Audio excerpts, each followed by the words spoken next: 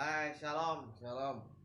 Hari ini saya mau menjawab ada pertanyaan yang saya dengar, yaitu kenapa pertumbuhan rohani saya lambat? Kenapa pertumbuhan rohani saya tidak sebagaimana semestinya?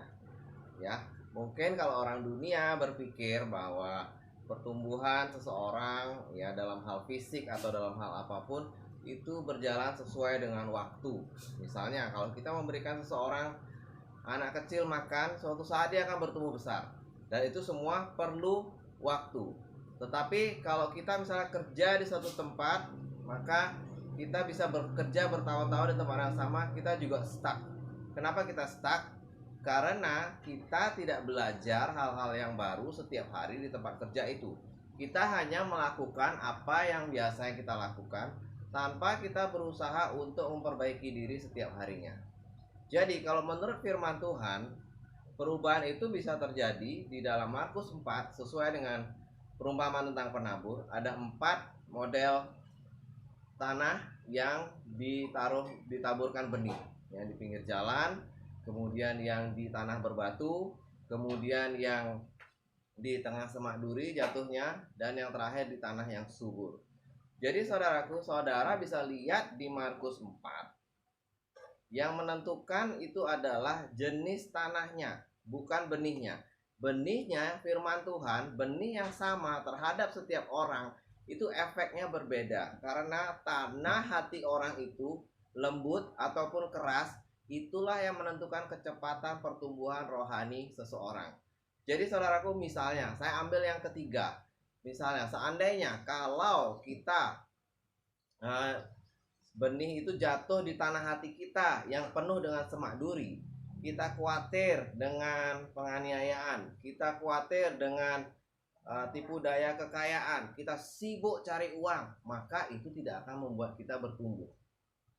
Tetapi kalau kita jatuh di tipe tanah yang keempat, tanah yang subur, kita nggak peduli kondisi kita sehari-hari, kita lagi kesulitan ini, kesulitan itu, tetapi kita tetap fokus kepada Tuhan, yaitu saya harus melakukan apa yang Tuhan suruh, maka perubahan itu secara rohani akan terus terjadi. Kenapa? Karena perubahan rohani itu terjadi di dalam roh. Roh kita bertumbuh, kemudian jiwa pikiran kita ini juga diperbaharui, sehingga pikiran kita menjadi selaras dengan roh kita.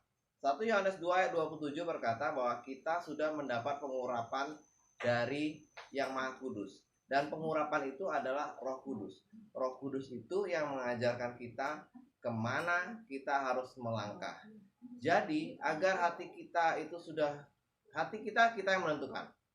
Pada saat kita sudah menentukan hati kita lembut, maka kita bisa mendengar suara Roh Kudus. Dan saat kita mendengar suara Roh Kudus, kita akan belajar untuk mengikutinya dengan sepenuh hati, dengan kecepatan, dengan ketepatan, dengan apapun yang dibutuhkan sesuai dengan kriteria Tuhan, bukan kriteria kita sendiri, saudaraku. Jadi untuk menjawab pertanyaan itu, kenapa pertumbuhan rohani saya lamban, itu jawabannya adalah karena Anda sendiri yang menghalangi pertumbuhan rohani Anda.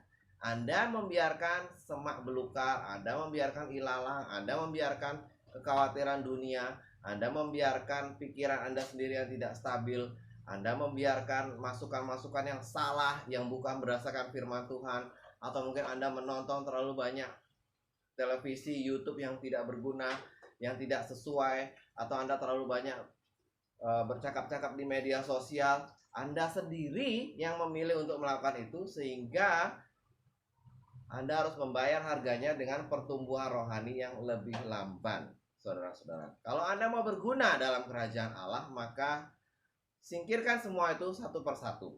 Ya, bukan berarti kita tidak bisa menikmati, tetapi ada waktunya dan disesuaikan porsinya.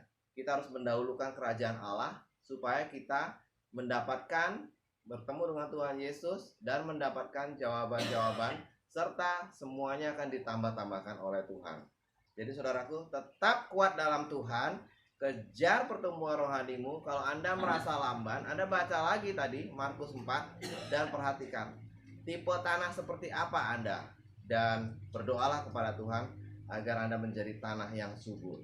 Tuhan Yesus memberkati.